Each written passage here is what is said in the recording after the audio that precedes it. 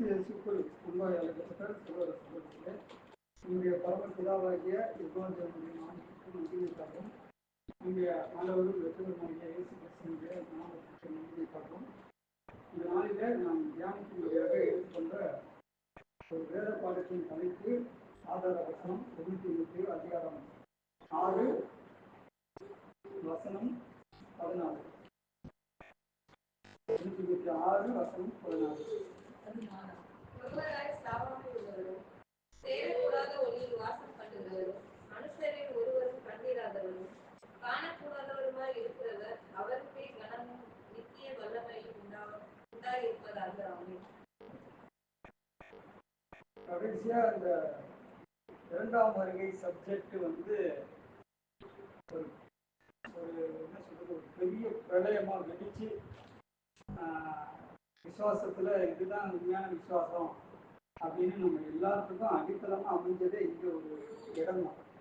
இந்த இடத்துல இரண்டாம் வருகை அவருடைய வருகை ஒரு காலப்பகுதி அப்படிங்கிறத சொன்னதுனால என்னுடைய சகோதரர் அதுக்கு மறுப்பு தெரிவித்து இல்லை இந்த சப்ஜெக்ட் அப்படின்னு சொல்லி அதில் ஆரம்பிச்சு இப்போ தேவன் வந்து எந்த அளவுக்கு நம்மளை எப்படி வழி நடக்கிறாரு அதுக்குதான் நம்ம ஒரு காரியத்தை உங்களுக்கு தெரிஞ்சுக்கணும்.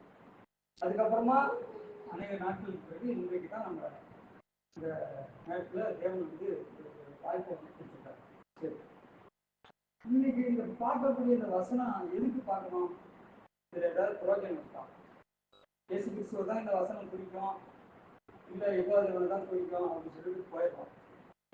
ஏன் இந்த வசனத்தை குறித்து நம்ம தொடர்ந்து தியானிக்கணும், ஆராய்ந்து பார்க்கணும் அப்படின்னா, இது எல்லாத்துக்கும் தெரிஞ்சது தான். ஏற்கனவே வாட்ஸ்அப்பில் நிறைய டிஸ்கஷன்லாம் நம்ம பண்ணியிருக்கோம். ஒரு வார்த்தையின்படி ஒவ்வொரு வாக்கியத்தின்படி நம்ம தியானிச்சிருக்கோம். அதில் ஒரு சில பேர் அதை வந்து அலட்சியமா எடுத்துக்கிட்டவங்களும் இருக்கிறாங்க. இல்லை அது எதை தான் குறிக்குது, யாரை தான் குறித்து பவுல் சொல்றாரு அப்படிங்கிறத தொடர்ந்து அதே தியானிக்கிறவங்களும் இருக்காங்க. யாரையும் குற்றப்படுத்தணுங்கிற நோக்கத்துக்காக இந்த ஒரு காரியத்தை உங்க பாடல் சொல்லல. ஏன் அப்படின்னா, அப்போஸ்தலனாகிய பவுல் வந்து அந்த இடத்துல ஒருவராய் சாகாமல் உள்ளவர் அப்படின்னு யாரை சொல்றாரு அப்படின்னா, அது இயேசு கிறிஸ்துவ குறிக்கிற மாதிரி இருக்குது அப்படின்னு ஒரு சில பேர் சொல்றாங்க. இல்ல அது யெகோவாதேவன் தான் அப்படின்னு சொல்றாங்க. ஏன் அப்படி சொல்றாங்க அப்படின்னா, இப்போ பைபிள் ஸ்டூடெண்ட்ஸை பொறுத்த வரைக்கும் நமது விசுவாசம் அப்படின்னு சொல்லிட்டு விசுவாச அறிக்கையை நம்ம வாசிக்கிறோம். இதை வெளியிட்டவர் யாரு? SPD, தேவ சகாயம். அப்ப தேவ சகாயம் இந்த உண்மையான ட்ரூத், இந்த சத்தியத்துக்கு வந்ததுக்கு காரணமே C.T. ரசல்.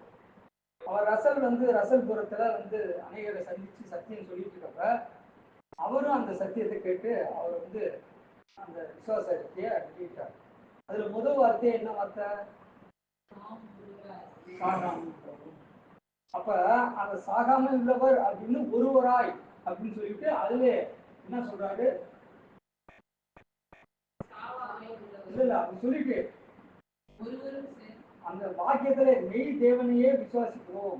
அப்ப மெய்யான தேவன் யெகோவா தேவன், அவரை விசுவாசிக்கிறோம் அப்படின்னு அவர் சொல்லியிருக்கார். யாரு? SPD, தேவ சகாயம். ஆனா பைபிள் ஸ்டூடெண்ட்ஸ் மத்தியிலே இப்ப ரீசெண்டா ஒரு சிலருடைய கருத்து அது இயேசு கிறிஸ்துவ குறிக்கும் அப்படின்னு சொல்றாங்க. ஒரு சில பேர் அது பிதாவாகிய தேவன் தான் அப்படின்னு சொல்றாங்க. சரி, ரசல் படுதர் அவர் எழுதின அந்த வால்யூம் 5வது வால்யூம்ல ஒப்புரவாகுதல், அதுல அவர் வந்து நான் இது அந்த வால்யூம் எல்லாம் அதிகம் அந்த அளவுக்கு படிச்சதில்லை. ஒருவேளை இந்த வசனத்தை குறித்து அவர் என்ன சொல்றாரு, அவர் கமாண்டரியில் என்ன சொல்றாருன்னு பார்க்க போறதுதான் இந்த மாதிரி அவர் வந்து இயேசு கிறிஸ்துவ தான் குறித்து சொல்றாரு அப்படிங்கிற மாதிரி அநேக சகோதரர்கள் சொன்னாங்க. அதுலேயும் தமிழ்ல ஒரு மாதிரி இருக்கு, இங்கிலீஷ்ல ஒரு மாதிரி இருக்கு அப்படின்னா. அப்ப என்னன்னா, இந்த வசனத்தை வந்து தீர்வு காண முடியல, ரொம்ப கஷ்டமா இருக்கு. ஏன் அப்படின்னா, இப்ப இயேசு கிறிஸ்துவ எல்லாரும் கடவுள் அப்படின்னு திருத்துவம் ஒன்லி ஜீசஸ்காரங்க நம்புறாங்க. அதுக்கு காரணம் என்னன்னா, அவங்களுக்கு சாதகமா ஒரு சில வசனங்களை எடுத்துக்கிறாங்க. என்னென்ன வசனம்? மிஞ்சி போனா ஒரு 40 நிமிஷம் தான் பேசி முடிச்சிடலாம். ஒரு 20 வசனத்தை அவங்க எடுத்து தேவன் மாம்சத்தில் வெளிப்பட்டார், யோவான் 1:1, ரோமர் 9:5, தீத்து 2:13, 1 5:20, அப்புறம் 1 5:7, பரலோகத்தில் சாட்சி. இது மாதிரி 20 வசனத்தை எடுத்துக்கிட்டு இவர் அவரு எல்லாம் ஒண்ணுதான் அப்படின்னு வச்சுக்கோங்க. சரி, இப்ப சமீபத்துல இந்த ஒரு டிஸ்கஷன் வந்து வாட்ஸ்அப்ல பண்ண போறப்ப என்னாச்சு அப்படின்னா, அநேகருடைய கருத்தை வசனத்தின் மூலம் சொன்னாங்க. இந்த மாதிரி இருக்குது வசனம், இந்த மாதிரி இருக்குது. அப்ப அந்த மாதிரி டிஸ்கஷன்ல பேசப்பட்ட அனுபவத்தை தான் இன்னைக்கு உங்க பார்வையில முன்வைக்கிறேன். அதாவது இது இன்னைக்கே முடியக்கூடிய சப்ஜெக்ட் அப்படின்னு எடுத்துக்கிறதுனால எடுத்துக்கோங்க. இல்லை இதை கண்டினியூவா இந்த வசனம் யாரை தான் குறிக்குது அப்படின்னு ஆர்வமா தேடி பார்க்கறதுனால தேடி பாருங்க. சரி, இப்போ ஃபர்ஸ்ட் சாவாமை. சாவாமை அப்படின்னா இங்கிலீஷ்ல இமார்டாலிட்டி. சாவாமை அப்படின்னா இங்கிலீஷ்ல இமார்டாலிட்டி. சாவாமைங்கிற வார்த்தை பைபிள்ல எத்தனை டைம் வருது? 3 டைம் தான் வருது. எத்தனை டைம் வருது? எத்தனை டைம் வருது? எத்தனை டைம் வருது சிஸ்டர்? 3 டைம். இந்த 3 டைம்ல ஒரு வசனம் 1 Timothée 6:16, மீதி இருக்க 2 வசனம் 1 Corinthians 15:53, 54. வாசிக்கலாம். 1 Corinthians 15:53, 54. அழிவுள்ளதாகிய இது அழியாமையும், சாவுக்கு ஏதுவாகிய இது சாவாமையும் கருத்து கொள்ள வேண்டும். அழிவுள்ளதாகிய இது அழியாமையும், சாவுக்கு ஏதுவாகிய இது சாவாமையும் கருத்து கொள்ளும் போது மரணம் ஜெயமாக விழுங்கப்பட்டது என்று எழுதியிருக்கிற வார்த்தை நிறைவேறும். இப்ப இதுல இந்த 2 வசனம் இருக்குல்ல, 53, 54, இதுல அழிவுள்ளதாகிய இது அழியாமை. அழியாமை. சாவுக்கு ஏதுவான இது சாவாமை. இது யாருக்கு சொல்றாரு? திருச்சபைக்கு சொல்றாரு. திருச்சபைக்கு சொல்றாரு. திருச்சபைக்கு சொல்றாரா? திருச்சபைக்கு சொல்றாரா? சாவாமைங்கிறது எத்தனை டைம் வருது பைபிள்ல? 2 டைம். எங்க? இப்ப வாட்ச வசனம் 53, 54. மீதி இன்னும் எத்தனை டைம் வருது? அந்த 1 வாசிங்க. மீதி எத்தனை டைம்? போதும். இந்த 3 டைம் மட்டும்தான் தமிழ் பைபிளை பொறுத்த வரைக்கும் சாவாமைங்கிற வார்த்தை வருது. இப்ப அதுக்கு முன்னாடி ஒரு ஜென்ரலா உங்கள்கிட்ட ஒரு விஷயத்தை நான் சொல்ல வரேன். இப்ப பைபிள் ஸ்டூடெண்ட்ஸ்ல இருக்கிற நம்ம பைபிள் ஸ்டூடெண்ட்ஸ்ல நிறைய பேர் 2ஆம் வருகை வந்துருச்சுன்னு சொல்றவங்களும் இருக்காங்க, வரலன்னு சொல்றவங்களும் இருக்காங்க, 1000 வருட சர்ச்சு ஸ்டார்ட் ஆயிடுச்சுன்னு சொல்றவங்களும் இருக்காங்க, ஸ்டார்ட் ஆகலன்னு சொல்றவங்களும் இருக்காங்க. சொல்லு அது அழியாமை தான். அழியாமைங்கிற வார்த்தை தமிழ்ல நான் ஃபுல்லா செக் பண்ணிட்டேன். அழியாமைங்கிற வார்த்தை 5 டைம் வருது. சாகாமைங்கிற வார்த்தை 3 டைம் தான் வருது. சரி, சாகாமைங்கிற வார்த்தை 3 டைம் வருதா? சரி, இப்ப பைபிள் ஸ்டூடெண்ட்ஸை பொறுத்த வரைக்கும் இந்த வசனம் பிதாவாகிய தேவன்னு சொல்லிட்டு ஆராய்ச்சி பண்றவங்க இருக்காங்க, இயேசு கிறிஸ்துன்னு சொல்றவங்க இருக்காங்க. இவங்க எப்படி ஆராய்ச்சி பண்றாங்க? எந்த அடிப்படையில ஆராய்ச்சி பண்றாங்க? ஏற்கனவே நம்ம சொல்லிட்டு 3 அந்த 3த்துல ஃபர்ஸ்ட் கான்டெக்ஸ்ட். கான்டெக்ஸ்ட் ஸ்டடினா என்ன? மேல வசனம் கீழே வசனம் இதெல்லாம் பிரிச்சு படிக்கிறப்ப இது இவரை தான் சொல்லுதுன்னு ஒரு முடிவு போட்டோம். இது 1. 2வது கரெக்ட். ரசல் பிரதர் என்ன இது கமாண்ட்ரி கொடுத்துருக்காரு, ரீப்ரின்ஸ்ல என்ன விளக்கம் கொடுத்துருக்காரு, வால்யூம்ல என்ன விளக்கம் கொடுத்துருக்காரு, அப்புறம் எக்ஸ்பெண்டபிள் பிப்ளிக்கல் கமாண்ட்ரியில எப்படி கொடுத்துருக்காரு அப்படின்னு. 3வது டிரான்ஸ்லேஷன், மொழிபெயர்ப்புல எப்படி மொழிபெயர்க்காங்க. இந்த 3த்தையும் பார்க்கலாமா? இந்த 3த்துல ஏதாவது ஒண்ணு மட்டும் நம்ம எடுத்துட்டு பார்த்து ஒரு முடிவு எடுக்கலாமா? 3 சரி. இந்த 3த்துல நீங்க பைபிள்ல பரிசுத்த வேதாந்தத்தை பொறுத்த வரைக்கும் ஆதியாகமம் வரைக்கும் வெளிப்படுத்தின விசேஷம் வரைக்கும் 3 டைம் தான் சாகாமைங்கிற வார்த்தை வருது. அதே அழியாமைங்கிற வார்த்தை எத்தனை டைம் வருது? எத்தனை டைம்? நிறைய டைம் இல்லை, 5 டைம் தான். ஒன்றும் இல்லை, அப்போல்லாம் பைபிள் எழுதி அவங்க அப்போஸ்தலர்கள் மோசே காலத்தில் எல்லாம் எழுதி இருந்தாங்க இல்லையா, அதெல்லாம் தோல் சூழலில் இருந்தது, ஓலை சூழலில் இருந்தது, ஒரு கரெக்டான இந்த ஒரு பேப்பரில் வடிவில் இல்லை. இப்போ நமக்கு ஒரு பிளே ஸ்டோரில் போயிட்டு ஒரு பைபிளை டவுன்லோட் பண்ணி பார்க்குறோம், தமிழ் பைபிளில் தேடுதல்ங்கிற வார்த்தையை அடிக்கிறோம், சாகாமைங்கிற வார்த்தை இத்தனை டைம் வருது. இதெல்லாம் எப்படி? அதுதான் 2ஆம் வருகை அவர் வந்துட்டாருனாலே எபிபனியா பிரைட்னஸ் அதிகரிக்கும். எபிபனியானா பிரைட்னஸ், சத்திய வெளிச்சம் அதிகரிக்கும். அவர் வந்துட்டாருன்னு உறுதிப்படுத்த முடியும். சரி, இப்ப மறுபடியும் டாபிக் போவோம். இப்ப சாகாமை உள்ளவர் யாரு? ஒருவர் அப்படின்னு சொல்லி இப்ப ரசல் பிரதர் கொடுத்த அந்த கமாண்டிலேயே அவர் எந்தெந்த வசனங்களை விளக்கத்துக்கு ரெஃபரன்ஸ் வசனமா கொடுக்குறாரு அப்படின்னா, யோவான் 5:26 வாசிக்க வேண்டாம், சொல்லிடுறேன். பிதாவானவர் தமிழ் ஜீவன் உள்ளவராய் இருக்கிறது போல குமாரனும் தமிழ் ஜீவன் உடையவராய் இருக்கும்படி அருள் செய்தது. இந்த ஒரு வசனம். இன்னும் என்னென்ன வசனத்தை கொடுக்குறாரு கீழே? 1:15. ஆமா பாருங்க, ஆமா சகலத்தையும் அவருக்கு பாதத்திற்கு கீழ்படுத்தினாரே, ஆனாலும் இதை அவருக்கு கீழ்பட்டவர்கள ஆகிலும் கீழ்படுத்தினவருக்கு இயேசு கிறிஸ்து கீழ்பட்டிருப்பார் அப்படின்னு சொல்றாரு. இது மாதிரி வேற என்ன வசனம்? சரி, வால்யூம்ல நீங்களே படிச்சு ஒப்புரவாகும் அதை படிச்சு பாருங்க. அந்த வசனத்தை குறித்து நல்லா தியானம் பண்ணுங்க. யாரதான் பவுல் சொல்றாரு? ரசூல் சொல்றாரா பவுல் சொல்றாரு? பவுல் தான் சொல்லியிருக்காரு. அதுக்கு விளக்கம் ரசல் பிரதரு யாரை குறிச்சு சொல்லியிருக்கலாம்? இவரு தான் அப்படின்னு ஆணித்தரமாகவும் அவரும் சொல்லல. நல்லா நீங்க படிச்சு பாருங்க. இந்த வசனம் பிதாவாகிய தேவனை குறிப்பதால் இயேசு கிறிஸ்துவுக்கு மறுப்பாகாது. அதுல என்ன பண்றாரு? நீங்க சொல்ற சார்பா சொல்லல. பிதாவாகிய தேவனை குறிப்பிடுவதால் இயேசு கிறிஸ்துவுக்கு பொருந்தாதுன்னு சொல்ல முடியாது அப்படிதான் சொல்றாரு. அவரும் ஒருவேளை அவர் இருக்கிறப்ப அவர்கிட்ட போய் கேட்டா அவர் யாரை குறிக்குன்னு சொன்னா இண்டிவிஜுவலா சொல்லியிருப்பார், பிதாவாகிய தேவன் அது இயேசு கிறிஸ்து. ஏன் இந்த வசனத்தை பாக்குறேன்னா, அவருடைய மாணவன் தான், அவருக்கு சத்தியம் கத்துக்கிட்டவர் தானே எஸ்பி தேவசகாயம். அவர் எப்படி மாத்திருப்பாரு? அப்ப பேசிக்கே அடி வாங்குது. அவர் இயேசு கிறிஸ்துன்னு சொல்ல போக, தாமரோட சாகமலோட இயேசு கிறிஸ்துன்னு சொல்ல போக, அவர்கிட்ட சத்தியம் கேட்ட எஸ்பிடி பிதாவாகிய தேவன் சொன்னா முரண்படுதா? முரண்படுலையா? முரண்படுதான் இல்ல. சப்போஸ் அவர் இயேசு கிறிஸ்து தான் ரசபிரதர் சொல்லியிருக்காருன்னு வச்சுக்கோம். சும்மா அவர் சொன்னாரா என்னன்னு தெரியல, தேவனுக்கு தான் தெரியும். அவர் இயேசு கிறிஸ்து தான் சொல்லியிருக்காருன்னு ஒரு எக்ஸாம்பிளுக்கு எடுத்துக்கிட்டா, எஸ்பிடி அவர் சத்தியம் கேட்டவர் என்ன சொல்லியிருப்பாரு? ஒருவேளை இந்த டாபிக்கை பத்தி டிஸ்கஸ் பண்ணாம இருந்து போறோம் இருக்கலாம். ஏன்னா அவர் எத்தனை நாள் இந்தியாவில் இருந்தாரு? அந்த அந்த பகுதியில் அதனால ரசல்புரமா நெய்யாத்தங்கரா அப்படின்னு சொல்றாங்க. அது கூட புக்கில் தான் படிச்சேன். அங்கே சத்தியம் சொன்னாரு. அந்த ஊருக்கு அந்த அந்த தெருவுக்கு பேர், அந்த ஸ்ட்ரீட்டுக்கு பேரே ரசல்புரம். அதெல்லாம் பார்த்தேன். கரெக்டு எல்லாம். ஆனா அவர் காலத்துக்கு பிறகு ஒருத்தவங்களுக்கும் ஒரு தேவன் கொடுத்துருக்காரு, ஸ்பிரிட் கொடுத்துருக்காரு. எல்லாமே சுயாதீனமா யோசிக்கலாம், சிந்திக்கலாம், ஆராய்ச்சி பண்ணி பார்க்கலாம். ஒன்றும் தப்பு கிடையாது. ஆனா அந்த வசனம் யாரை குறித்து சொல்றாரு? பவுல் யாரை சொல்லியிருக்காரு? அந்த தேடுதல்ல நம்ம போகணும். ஓகே, இப்ப இந்த வசனம் ரொம்ப கஷ்டமா தான் இருக்கு. ஏன் அப்படின்னா கான்டெக்ஸ்ட் ஸ்டடி. மேல கீழே வசனத்தெல்லாம் படிச்சுட்டே வரப்ப எந்த வசனத்துல தேவன்கிற வார்த்தை வருது? இதுல இங்கிலீஷ்ல ஒரு மாதிரி இருக்கு, தமிழ்ல ஒரு மாதிரி இருக்கு. இங்கிலீஷ்ல 13, 14 இப்படி இருக்கு. 14 புரியுதுங்களா? 13ல உள்ளது 14ல இருக்குது. இங்கிலீஷ்ல 13ல இருக்கிறது, தமிழ்ல 14ல இருக்கு. 14ல உள்ளது 13ல. நீங்க வேணா எல்லா பைபிளையும் பாருங்க.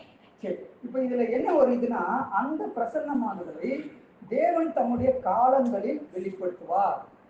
எப்படி?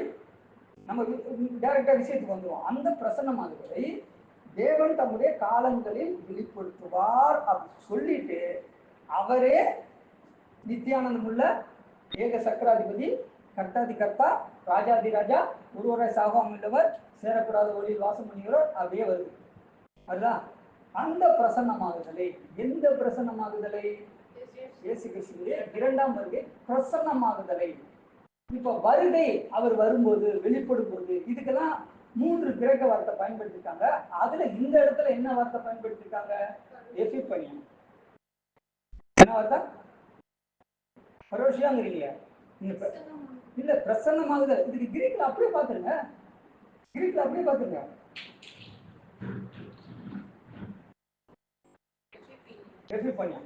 எபிபனியானா என்ன?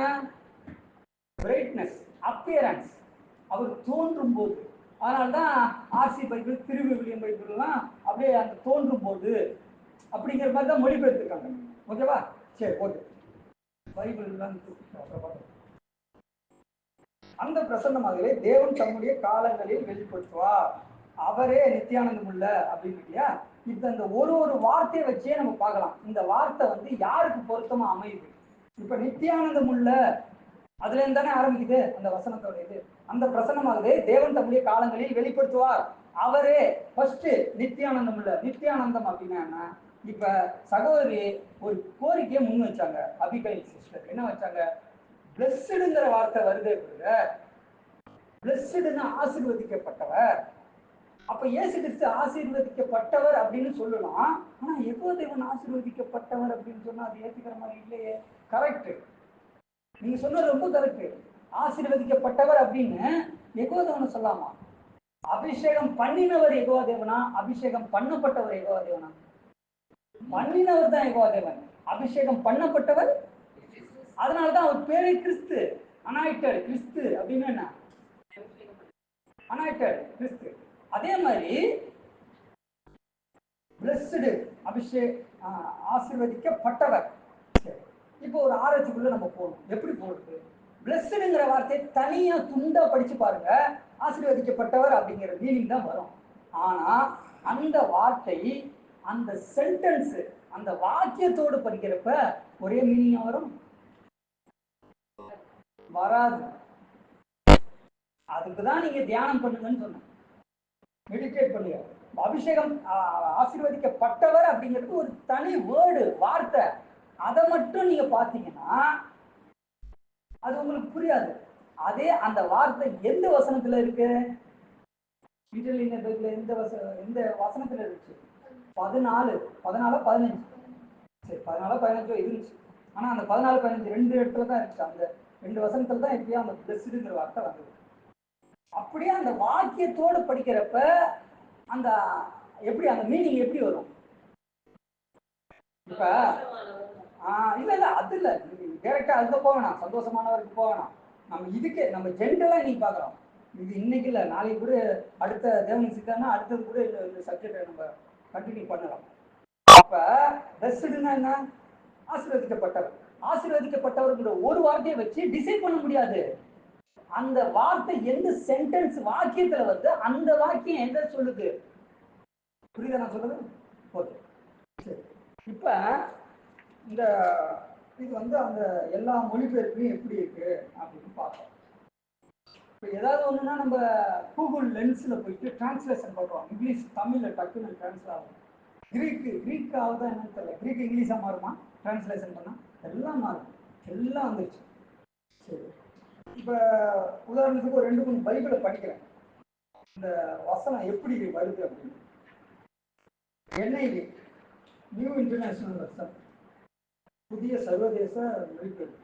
கடவுள் தம்முடைய சொந்த காலத்தில் கொண்டு வருவார். கடவுள் ஆசீர்வதிக்கப்பட்ட மற்றும் ஒரே ஆட்சியாளர், ராஜாக்களின் ராஜா மற்றும் பிரபுக்களின் கர்த்தர் அப்படின்னு. இது வந்து டிரான்ஸ்லேட் அதுவே பண்ணி தருது. இது அக்யூரேட்டா வருமா? ஏன்? கிராமர் பிரகாரம் வராது, ஓரளவு தான் கொண்டு வரும். அது ஒரு 80% வந்து அதை இது அது என்ன சொல்றது, அந்த தமிழாக்கம் பண்ணி தரும். இப்போ மொழிபெயர்த்தாங்கல்ல, எப்படி மொழிபெயர்த்தாங்க? கிரீக்ல இருந்து இங்கிலீஷ்க்கு மாத்துறாங்க. கிரீக்கு தெரிஞ்சவங்க இருந்திருப்பாங்களா மொழிபெயர்த்தப்ப? நம்ம பார்த்ததில்ல, ஆனா சொல்லிக்கிறாங்க. 72 பேர் கொண்ட குழு, அது பேர் என்ன? LXS. ஆமா, அதான் சொல்றீங்களே செப்டஜென்ட் அப்படின்னா என்ன? 72 பேர் கொண்ட ஒரு குழு, LXX. அவங்க எல்லாமே, அது எத்தனை பேரோ தெரியல, எல்லாம் இருந்திருப்பாங்க. கிரீக்கு தெரிஞ்சவங்க இருந்திருப்பாங்க, இங்கிலீஷ் தெரிஞ்சவங்க இருந்திருப்பாங்க, தமிழ்ல மொழிபெயர்க்கிறவங்க இருந்திருப்பாங்க. அப்ப என்ன வார்த்தை போடலாம், இதெல்லாம் பண்ணி அவங்க பண்ணியிருக்காங்க மொழிபெயர்ப்பு. இன்னொன்னு, அவங்க விசுவாசிச்ச கடவுள் யாரா இருக்கும்?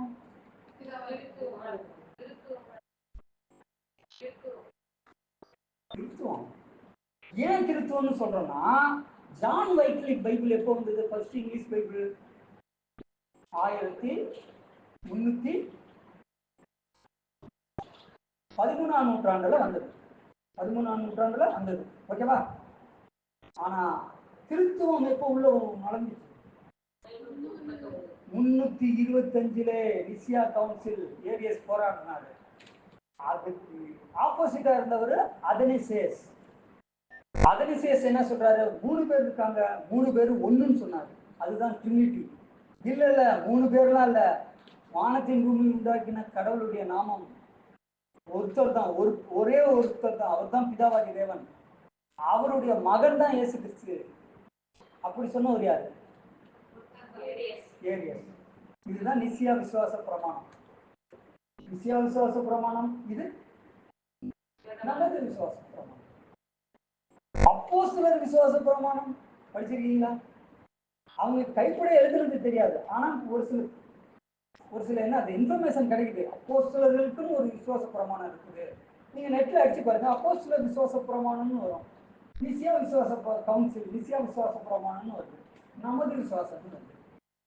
அப்ப எல்லாமே ஆராய்ந்து பார்த்து அவங்களுடைய விசுவாசத்தை முன் வச்சுட்டாங்க, அவங்களுடைய ஆராய்ச்சி பிரகாரம் சொல்லிட்டாங்க. அதை நம்ம மறுபடியும் பார்க்கலாமா வேணாமா? இரண்டாம் வருகை வரலன்னு சொல்லிட்டு இருந்தோம், வந்துருச்சுன்னு சொன்னோம். ஏன் அப்படின்னா ஏதோ ஒரு வசனம் நமக்கு என்ன பண்ணுச்சு, ஸ்பார்க் ஆனிச்சு. அது ஒரு வசனம். அது மாதிரி எத்தனை வசனம், நோவோட நாட்கள், days of Noah, days of son of man. அப்ப இவர் என்ன சொல்றாரு, ஒரு நாள்ல வருவார் 24 ஹவர்ஸ் ஒன் டே. இப்ப 2025 அடுத்த மாசம் அடுத்த இத்தனாம் தேதி வருவார். அது ஒரு நாள் டேலி இருக்கும். ஆனா அங்க என்ன, days of Noah, days of son of man. மனுஷகுமாரன் வரும் காலம் அப்படின்னு இல்லை, மனுஷகுமாரன் வந்திருக்கும் காலம், பெரோஷியா பிரசன்ஸ். இதெல்லாம் பார்த்துட்டு தான் ஒரு முடிவு எடுப்போம். இது இல்லை, இது மாதிரி நிறைய ப்ராபசி, அப்புறம் அடையாளங்கள், அப்புறம் குரோனாலஜி. மூணுத்தை பார்த்து தான் இரண்டாம் வருகை வந்துருச்சு அப்படிங்கிறத நம்ம என்ன பண்ணோம், பிலீவ் பண்ணோம். அதே மாதிரி தான் இந்த வசனமும் எப்படி எல்லாம் சொல்லியிருக்கு அப்படிங்கிறத நீங்க தொடர்ந்து அதை பாருங்க. பார்க்கறதுனால ஒன்றும் தப்பு கிடையாது, பார்க்கலாம். சரி, இப்ப அந்த பிரசன்னமாகவே தேவன் தம்முடைய காலங்களில் வெளிப்படுத்துவார். இப்ப என்ன பிரச்சனை, தேவன்கிற வார்த்தை மூல மொழியில இல்லை. தேவன்கிற வார்த்தை ஏன்னா ஆல்ரெடி நீங்க எல்லாம் வாட்ஸ்அப்ல டிஸ்கஷன் பண்ணி பார்த்துக்கோம். தேவன்கிற வார்த்தை இல்லாதனால பிரச்சனை என்ன, யாரை குறிக்கும்னு தெரியல. ஆனா 1:13 தேவன்கிற வார்த்தை வருது, 14 15 நினைக்கிறேன், அதுல இயேசு கிறிஸ்துங்கிற வார்த்தை வருது. எத்தனாவது? 13. தேவன்கிற வார்த்தை எங்க வருது? இல்ல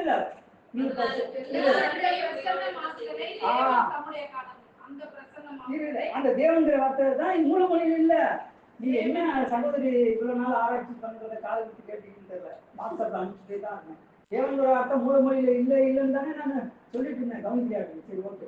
எல்லாவற்றையும் உயிரிழக்க செய்கிற தேவனுடைய சன்னிதானத்திலேயும் பொந்தியோ பிலாத்துக்கு முன்பாக நல்ல அறிக்கை பண்ண கிறிஸ்தியஸ் 2 பேர்த்தையும் வந்தாச்சு.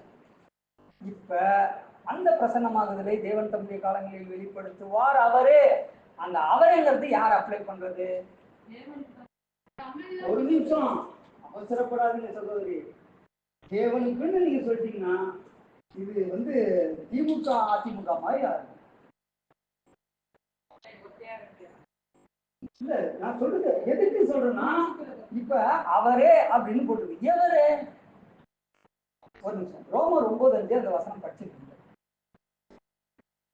பிதாக்கள் அவர்கள் உடையவர்களே, மாம்சத்தின்படி கிறிஸ்துவ அவர்களை பிறந்தாரே, இவர் என்றென்றைக்கும் தோத்தரிக்கப்பட்ட சர்வத்துக்கு மேலான தேவன்.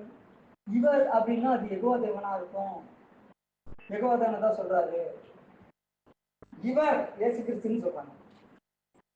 கிறிஸ்துவுக்கு தேவன் தலை, இவர் தான் சர்வத்துக்கு மேலான தேவன்பா, அவர் தான் பூமிக்கு வந்தாரு, முடிச்சிடுறாங்க, டாபிக்கா முடிச்சிடுறாங்க.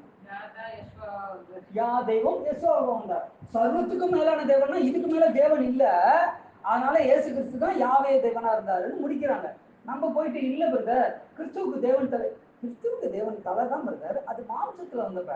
இந்த இடத்துல பாருங்க, இவர் என்றென்றைக்கும் தோத்தரிக்கப்பட்ட சர்வத்துக்கும் மேலான தேவன், இதுக்கு மேல ஒரு தேவன் கிடையாது, இவர் தான் பிதா, முடிச்சிடுறாங்க சிம்பிளா.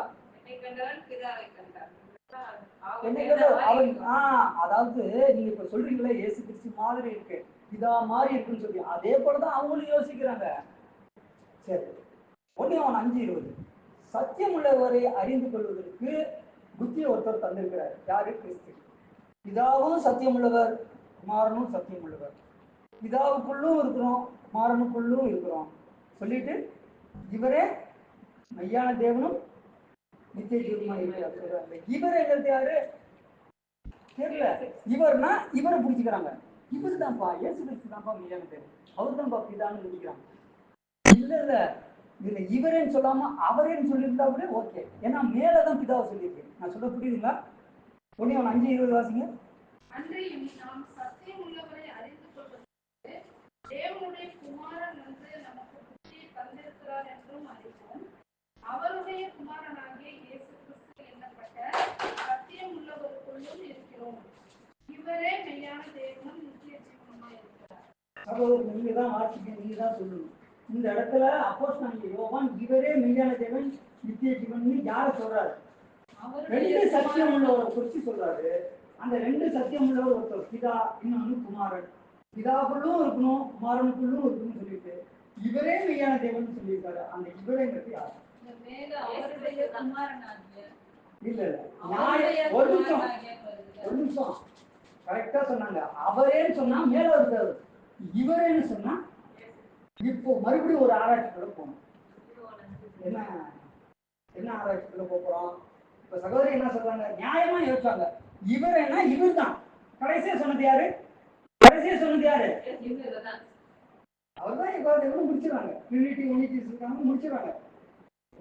யோவான் 17:3 போயிட்டு நம்ம சொல்றோம், ஒன்றான மெய்தேவனாகிய உண்மையில் நீர் அனுப்பினராக இயேசு கிறிஸ்துவின் அறுபதே நித்திய ஜீவன். ஓகே, ஒன்றான மெய்தேவன் தானே, அவர் தான் இவரா வந்துட்டார். அதனாலதான் இப்ப 1:5:20 இவரே மெய்யான தேவன் முடிச்சிடறாங்க. என்ன விளக்கம் சொல்ல போறீங்க? அப்ப இவர் அப்படின்னா ஹி. இவர்னா என்ன? இவர்னா என்ன இங்கிலீஷ்ல? ஹி. ஹி அப்படிங்கிற ஆங்கில வார்த்தையை அவர்னு மொழிபெயர்க்கலாம், இவர்னு மொழிபெயர்க்கலாம். புரியுதா? சரி, இல்ல நான் சொல்றது புரியுதா? அவர்னு மொழிபெயர்க்கலாம், இவர்னு மொழிபெயர்க்கலாம். ஆனா இந்த இடத்துல யோவான் யார சொல்றாரு? இவரே மெய்யான தேவன் நித்திய ஜீவன் யார சொல்றாரு? பிதாவாகிய தேவனை சொல்றாரு. எப்படி சொல்றாரு?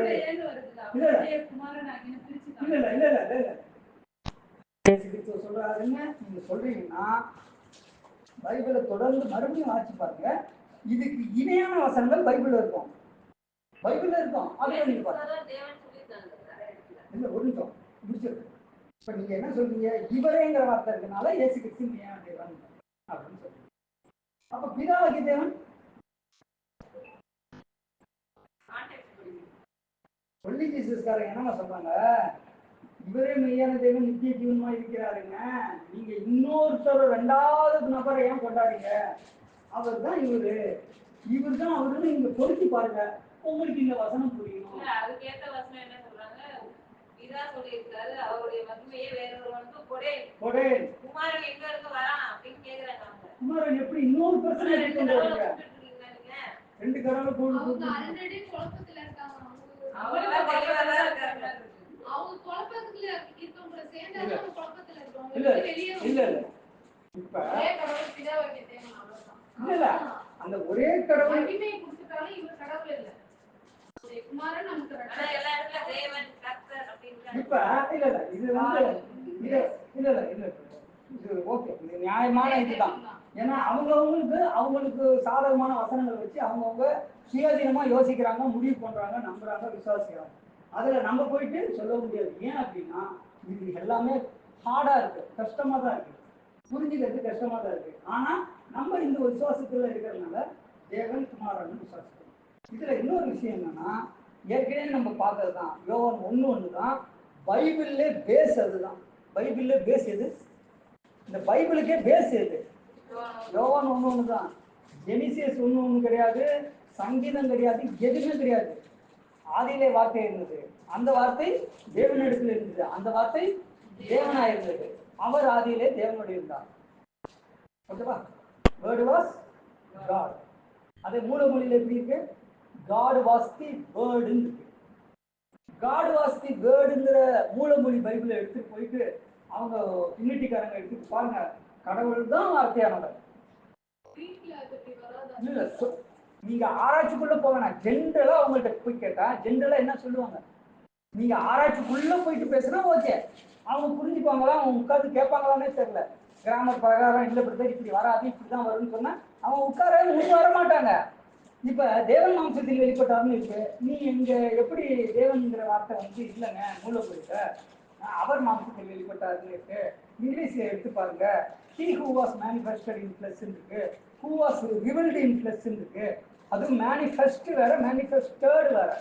வெளிப்படுத்தப்பட்டார் அப்படின்னு விளக்கம் சொல்றோம். அதே மாதிரி அவங்க என்ன விளக்கம் சொல்லுவாங்க பாருங்க, மூலமொழியில God was the wordன்னு இருக்கு. அப்ப God was the wordன்னு இருக்கிறதுனால அதை ஆராய்ச்சி பண்ணி பார்த்தோமா? இல்ல கிராமர் பார்க்கறதுனா அப்படி வராது. பார்த்தோம்ல ஒரு 2-3 நாளைக்கு முன்னாடி. அதே போலதான் இந்த 1 தீமோத்தேயு 6:16 நம்ம கொஞ்சம் ஆராய்ச்சி அடிப்படையில கொஞ்சம் பார்க்கறப்ப இதுல என்னென்ன வார்த்தை வருது? சாகம்ங்கிற வார்த்தை வருது. அது எத்தனை டைம் வருது? 3 டைம் வருது.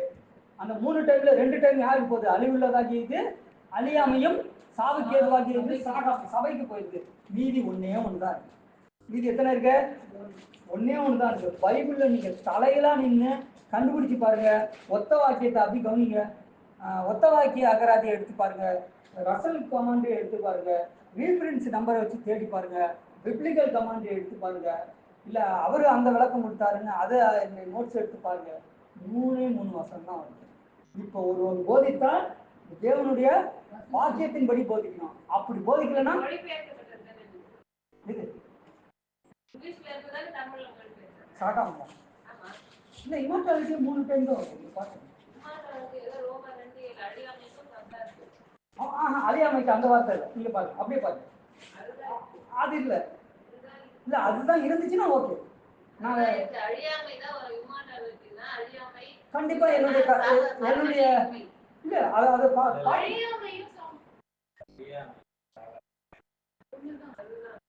இல்ல நான் கேட்கறது வார்த்தை தான் கேட்டேன். அந்த பெயர் இருக்க அந்த பெயர் இருக்கிற வசனம் நான் கேட்கறது தமிழ்.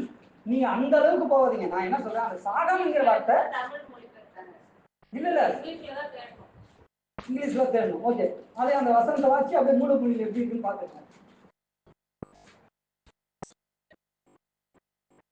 ஒருவேளை எனக்கு தெரியாம கூட இருக்கலாம். நல்ல விஷயம் தான், நான் ஏத்துக்கிறேன்.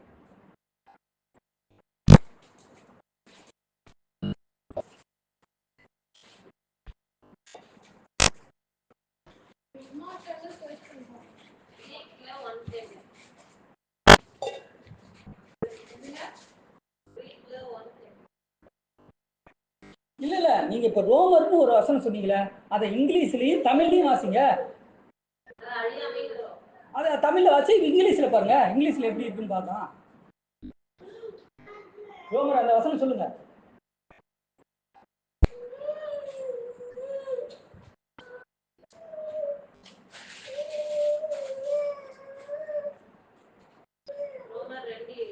ரோமர் 2:7 வாசிங்க.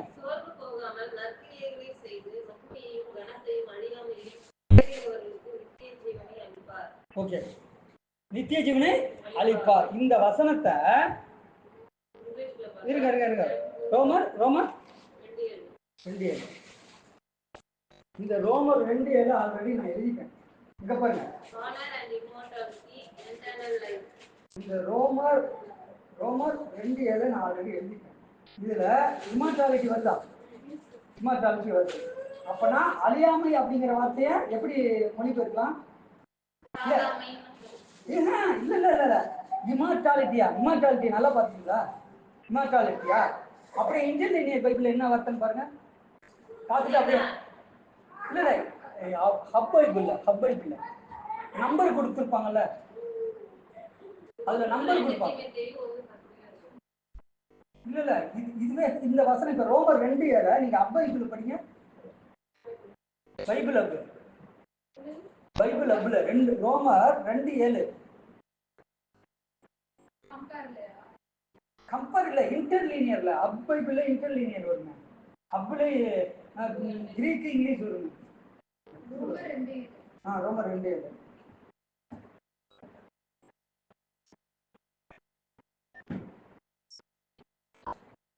To those who indeed with endurance endure good glory and honor and immortality of seeking life eternal. Okay, இமார்டாலிட்டியா அந்த நம்பர் என்ன? இமார்டாலிட்டிக்கு நம்பர் கொடுத்துருப்பாங்களே. இல்ல அதான் இல்ல ஜிகே எல்லாம் வேணாம், நம்பர் மட்டும் சொல்லுங்க. 811 சொல்லுங்க.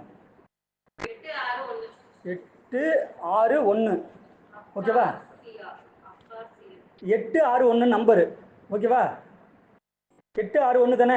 அதே 1 தீமோத்தேயு 6:16 பாருங்க. 110. ஏன் நம்பர் டிஃபர் ஆகுது? இதுதான் கேள்வியே. சொல்ல புரியுங்களா? நம்பர் ஏன் டிஃபர் ஆகுது? இப்ப ஏன் இதை நான் பார்க்கணும்னா அப்படி உங்களுக்கு புரிஞ்சுச்சா? 861 நம்பர், 110 ஒரு நம்பர். 110க்கு வந்தது எல்லாம் எப்படி போட்டிருக்காங்க? சாகாமைன்னு போட்டு 3 வசனம் போட்டிருக்காங்க. தமிழ்ல சாகாமை. அதுக்கப்புறம் இங்கிலீஷுக்கு போங்க, கிரீக்குக்கு போங்க, நம்பரை வச்சு செக் பண்ணுங்க. அது அடுத்தடுத்து உங்களுடைய முயற்சியில பண்ணுங்க. விசுவாசத்தை உறுதிப்படுத்தணும் அப்படின்னு நீங்க நினைச்சீங்கன்னா இந்த வசனத்தை தேடி கண்டுபிடிச்சு பாருங்க யாரை பவுல் சொல்றாரு. இப்ப 8:6:1 110. 110ங்கிறது என்ன? 156 இமார்டாலிட்டி 110 கன்ஃபார்ம் தானா? கன்ஃபார்ம் பண்ணிக்கலாம். கன்ஃபார்ம்.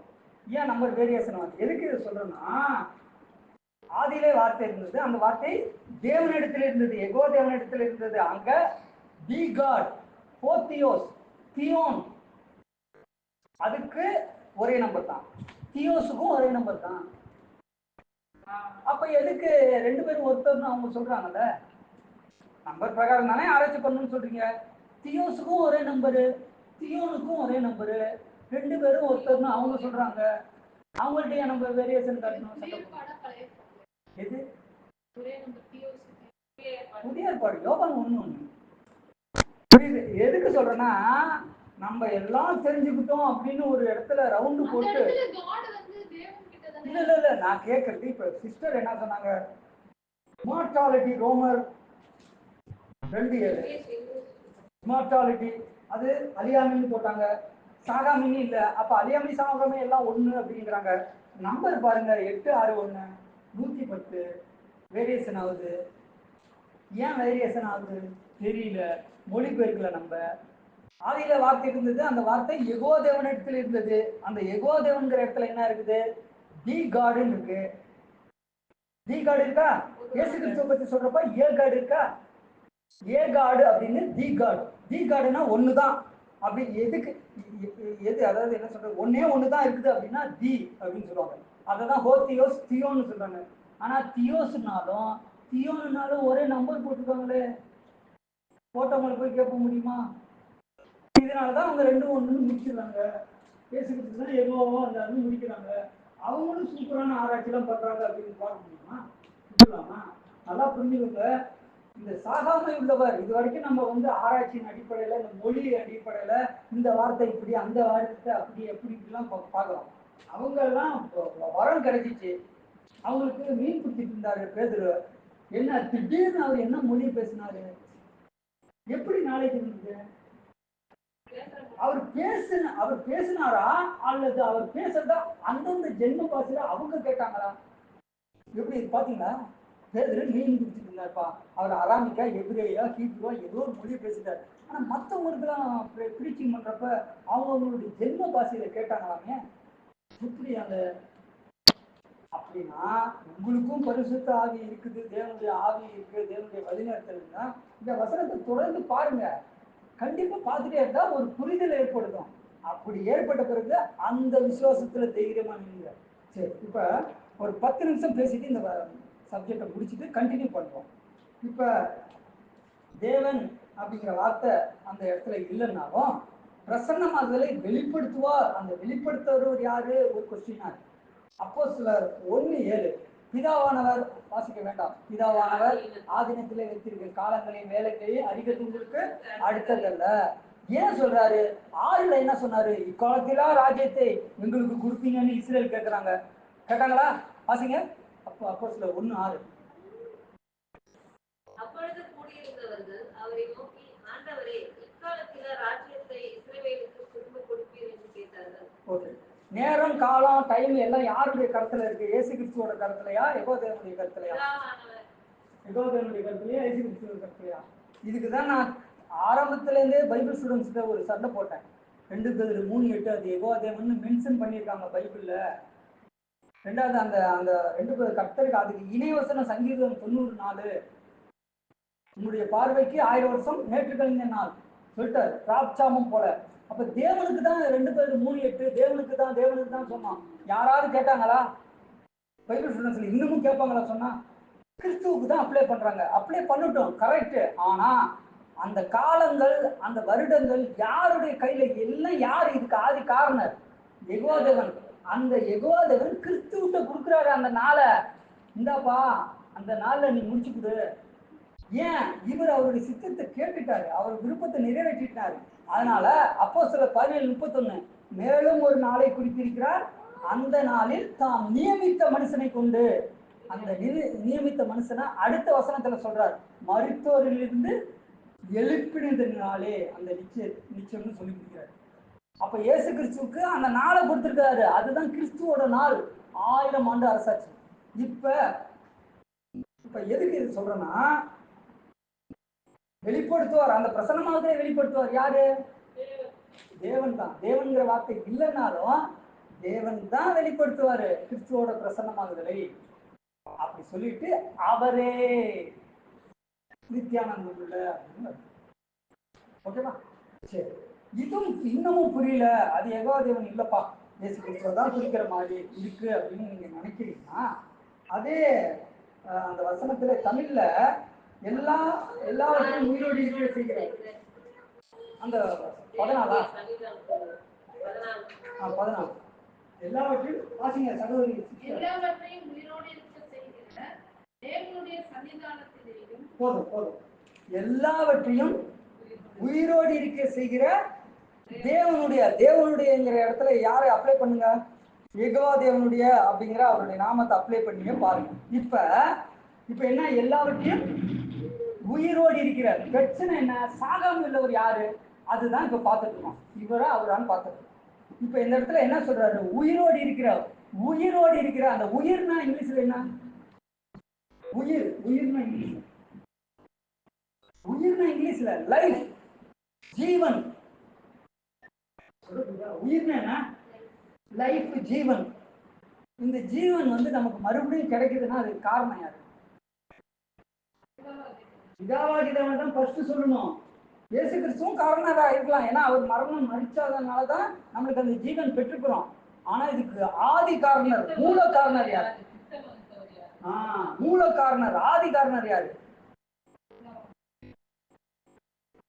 அததான் சொல்றாரு, எல்லாவற்றையும் உயிரோடு இருக்கிற செய்கிற தேவனுடைய சன்னிதானத்திலையும் சொல்லிட்டு, ஏன் அந்த இடத்துல சொல்றாரு எல்லாவற்றையும்?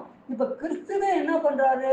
மரணத்தை பரிகரித்தனாலதான் அவர் என்ன அழியாமையை பெற்றுக்கொண்டார். வசனம் அப்படித்தான் சொல்லுது. இப்ப நீங்க இல்ல, மரணத்தை பரிகரிக்காமலே அவர் அழியாமை சாகாமையில இருக்கிறாரு. அவர் ஒருவராய் மரித்து உயிர் தெழுந்ததுல சாகாமையில இருக்காரு. மரித்து உயிர் தெழுந்ததுல அவர் தான் சாகாமையில இருக்காரு. பவுல் அந்த மைண்ட் செட்டப்ல எழுதினாரு. எல்லாவற்றையும் உயிரோடிக்க செய்கிற தேவனுடைய சன்னிதானத்திலேயும் பொந்தியோ பிலாத்துக்கு முன்னாக நல்ல சாட்சியாக அறிக்கை பண்ண கிறிஸ்து இயேசுவினுடைய சன்னிதானத்திலேயும் உனக்கு சொல்றேன்னு சொல்லிட்டு தான் கட்டளையிடுகிறேன்னு சொல்லிட்டு தான் சொல்றாரு. அப்படி சொல்லிட்டு அவரே நித்திய ஆனந்தமுள்ள அபிசிஸ்டர் கேட்டாங்களே, பிளஸ்டு, ஆசீர்வதிக்கப்பட்டவர். பிளஸ்டுன்னா ஆசீர்வதிக்கப்பட்டவர். அந்த வார்த்தையை வச்சு பார்க்காதீங்க, அந்த வார்த்தையோடு அந்த வாக்கியத்தோடு பார்க்கறப்ப அது என்ன அர்த்தத்துல வருது அப்படிங்கிறத பாருங்க. ஓகேவா? சரி. இன்னொன்னு, நித்தியானந்தம், ஆனந்தம், நித்தியம் பிளஸ் ஆனந்தம், நித்தியானந்தம். ஆனந்தம்னா மகிழ்ச்சி, மகிழ்ச்சின்னா சந்தோஷம். அதனாலதான் புதிய உலக மொழிபெயர்ப்புல எப்படி மொழிபெயர்த்திருக்காங்க? அவர் சந்தோஷமானவர் அப்படின்னு மொழிபெயர்த்திருக்காங்க. பிளஸ்டுங்கிற வார்த்தை பாக்கியவான், அதுக்கும் பிளஸ்டு பயன்படுத்திருக்காங்க. ஸ்தோத்தரிக்கப்பட்டவர். சொல்லு, பிளஸ்டுங்கிற வார்த்தை நீங்க கேட்டனாலதான் சொல்றேன். பிளஸ்டுங்கிற வார்த்தையை நீங்க சொன்னனாலதான் ஒருவேளை அபிசிஸ்டர் சொல்ற மாதிரி இயேசு கிறிஸ்துவா இருக்குமோன்னு சொல்லிட்டு போய் பார்க்க போனேன். கடைசியா என்ன முடிவு கிடைச்சிச்சு? பிளஸ்டுனா நீங்க நினைக்கப்பட ஆசீர்வதிக்கிறதுக்கு மட்டும் பயன்படுத்தல. என்னத்துக்கு பயன்படுத்திருக்காங்க? சந்தோஷம், நித்தியானந்தம், அதுக்கு தான் பயன்படுத்திருக்காங்க. அதனாலதான் ஆர்சி பைபிள் எப்படி இருக்குன்னா பேரின்ப கடவுள் அப்படின்னு வரும். இன்பம்னா என்ன?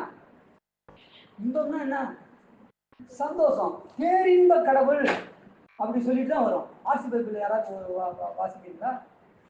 பேரின்ப கடவுள். சரி, ஓகே, பேரின்ப கடவுள் அப்படி சொல்லிட்டு அவர் தான் சாகாம இல்லவர் அப்படின்னு வரும். இல்ல வேணாம் போதும்.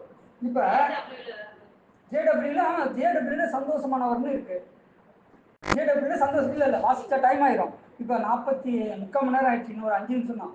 இப்ப நித்தியானந்தம் அப்படின்னா இல்ல கவனிங்க. நித்தியானந்தம் அப்படின்னா என்ன? பிளஸ்டுங்கிற வார்த்தை நித்தியானந்தம், அப்படி போட்டுருக்காங்க.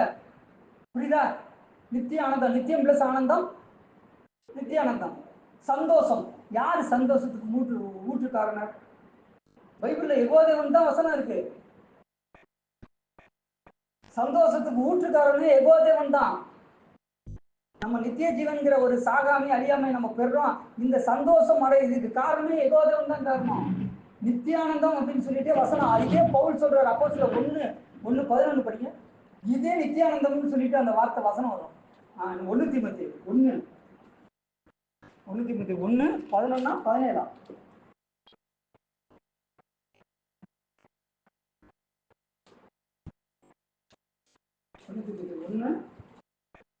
நித்தியானந்த தேவனுடைய மகிமையான சுவிசேஷத்தின்படி எனக்கு ஒப்புவிக்கப்பட்டிருக்கிற ஆரோக்கியமான உபதேசத்திற்கு சகோதரி அபிகாரி வாசிங்க.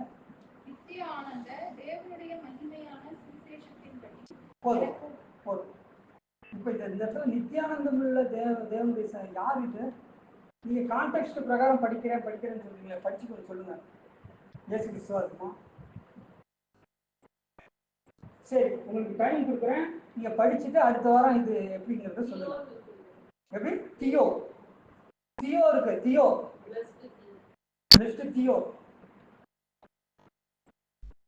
சரி, இது ஒரு அசைன்மெண்ட் மாதிரி நீங்க வச்சுக்கோங்க. ஆனா இதுல நான் கண்ட முயற்சி அடிப்படையில பாக்குறப்ப இது தேவனுடைய நித்தியானந்தம் உள்ள அது சொல்றப்ப அது யெகோவா தேவன் குறித்து தான் வருது. அது என்னன்னு நீங்க பாருங்க. சரி, அடுத்தது நித்தியானந்தம் உள்ள ஏக சக்கராதிபதி. இந்த ஏக சக்கராதிபதி தமிழ் எப்படி எல்லாம் போட்டுருக்காங்க? தமிழ் ஏக. அது இன்னும் தூய தமிழ்ல சொன்னா ஆட்சியாளர்னு வருது. மாமன்னர், அதான் ஆட்சியாளர்னு போட்டுருக்கு. இப்ப யார் ஆட்சியாளரு? இதே வெளிப்படுத்தின விசேஷ புத்தகத்துல ரசல் பிரதர் எத்தனாவது தூதன் நபி கையில் சிஸ்டர் தெளிவா இருக்கிறீங்க. இதுல தெளிவா இருக்கிறீங்க. இப்போ ஒரு விஷயம் சொல்றேன். ஆட்சியாளர் யாரு அப்படின்னா 1000 வருட அரசாட்சி இவர் ஆட்சி செய்யறாரு. இயேசு கிறிஸ்து தான் ஆட்சியை செய்யறாரு. அதனால பிதாவாகிய தேவன் அந்த என்ன சொல்றது, அந்த இது இல்லைன்னு சொல்ல முடியுமா? இவர் அப்பாயிண்டட். நல்லா புரிஞ்சுக்கோங்க, இவர் அப்பாயிண்டட். அதுதான் ஏற்கனவே இதெல்லாம் ஒய்டிசிலே நம்ம ஆராய்ச்சி பண்ணியிருக்கோம். பிதாவாகிய தேவன் ரட்சகர்னு சொல்லியிருக்கு. இயேசு கிறிஸ்து உலக ரட்சகர்னு சொல்லியிருக்கு. அப்ப 2 ரட்சகரா? இல்ல, ஒரே ரட்சகர்னு ஓசியால படிக்கிறோம். இவர் அப்பாயிண்டட். ரட்சகருக்கு இங்கிலீஷ் என்ன? சேவியர். அதே மாதிரி ஜட்ஜி, இவர் அப்பாயிண்டட். யாரு ஒரிஜினல்? யாரு? 7ஆம் தூதன் எக்காலம் ஊதினால் அப்பொழுது ராஜ்யம் கர்த்தருக்கும். ஏன் அந்த இடத்துல கர்த்தருங்கிற வார்த்தை இல்லாம கிறிஸ்துவுக்கும் உரிய ராஜ்யம் ஆயினுன்னு சொல்லுவாங்கல்ல? ஏன் காரணம் இல்லாம அவங்க சொல்லல? கர்த்தருக்கும் கிறிஸ்துவுக்கும் உரிய ராஜ்யம் ஆயின அப்படின்னு சொல்றாங்க. இதெல்லாம் நீங்க பாருங்க, மொழிபெயர்ப்பு அடிப்படையில் ஆராய்ச்சி பண்ணி பாருங்க, கான்டெக்ஸ்ட் ஸ்டடி பண்ணுங்க, volume reference expandable biblical comment என்ன சொல்லுதுன்னு பாருங்க. எல்லாத்தையும் பார்த்துட்டு கடைசியாக ஒரு முடிவு எடுங்க. சரி, இன்னொன்று ஏக சக்கராதிபதி, ஓகேவா? இதை குறித்து நம்ம பார்க்கலாம். நித்தியானந்தங்கிற வார்த்தை தமிழ் பைபிள்ல அந்த ஒரு வசனம் மட்டும்தான் இருக்கு. 2 வசனம் தான் இருக்கு. 1:6-16 இப்போ 1:1-11 தான் இருக்கு. நித்தியானந்தம் நீங்க பைபிள்ல தேடி கண்டுபிடிச்சு. அடுத்தது ராஜாதி ராஜா. இங்கிலீஷ்ல என்ன? King of kings. சரி, கிங் ஆஃப் கிங் இயேசு கிறிஸ்து தானே சொல்லியிருக்கு. வசனம் வேணா பாருங்க, ஏற்கனவே வாட்ஸ்அப்ல அனுப்பிட்டேன்.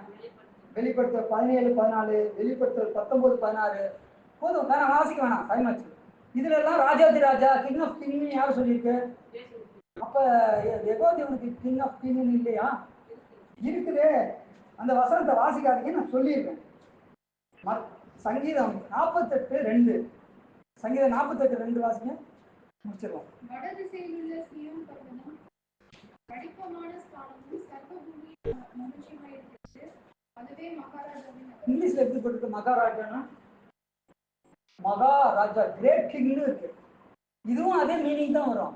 ராஜாதி ராஜா அப்படின்னு சொல்றதும் மகாராஜாங்கிறது எல்லாம் ஒரே மீனிங் தான், கிரேட் கிங். இயேசு கிறிஸ்துக்கு ராஜாதி ராஜா, கிங் ஆஃப் கிங்னு இருக்குது. நான் இல்லைன்னு சொல்லல, வசனம் இருக்குதுன்னு தான் சொல்லுது. அதே நேரத்துல யெகோவா தேவனுக்கு இருக்குதா? இது மட்டும்தானா இல்ல வேற ஏதாவது? மத்தேயு 5:35.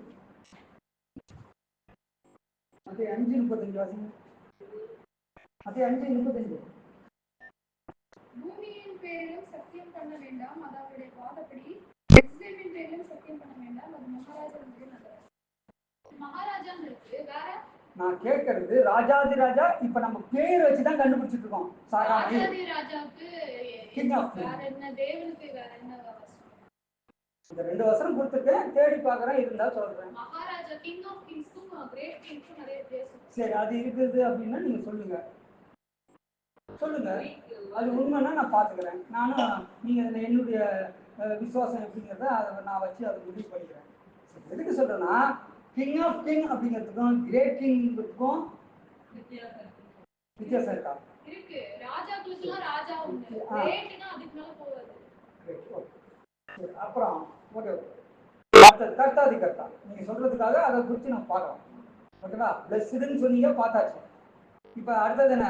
கர்த்தாதி கர்த்தா. யார் கர்த்தாதி கர்த்தா? சங்கீதம் 136 3 வாசிங்க. சங்கீதம் 136:3. கர்த்தாதி கர்த்தரை துதியுங்கள், அவர் கிருபை என்றும் உள்ளது. யார் இது? கர்த்தாதி கர்த்தர் யாரு? யெகோவா தேவன். இயேசு கிறிஸ்துவுக்கு கர்த்தாதி கர்த்தர் அப்படின்னு வசனம் இருக்கா?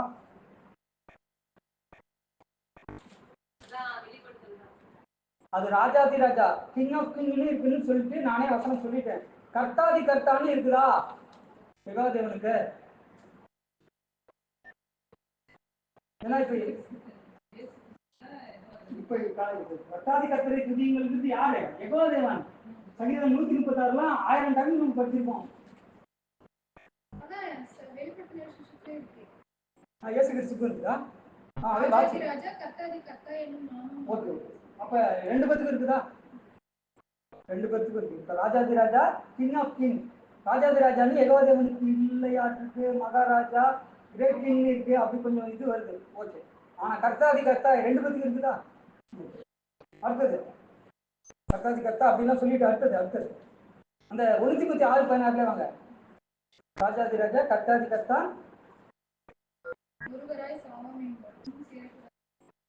சேரக்கூடாத ஒளியில் வாசம் பண்ணுகிறார்.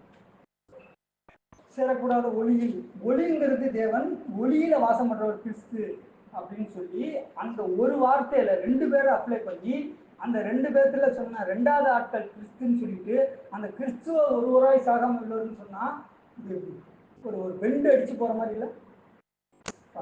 சொல்றேன், சேரக்கூடாத ஒளின்னா என்ன, ஒளியில் வாசம் பண்றதுன்னா என்ன?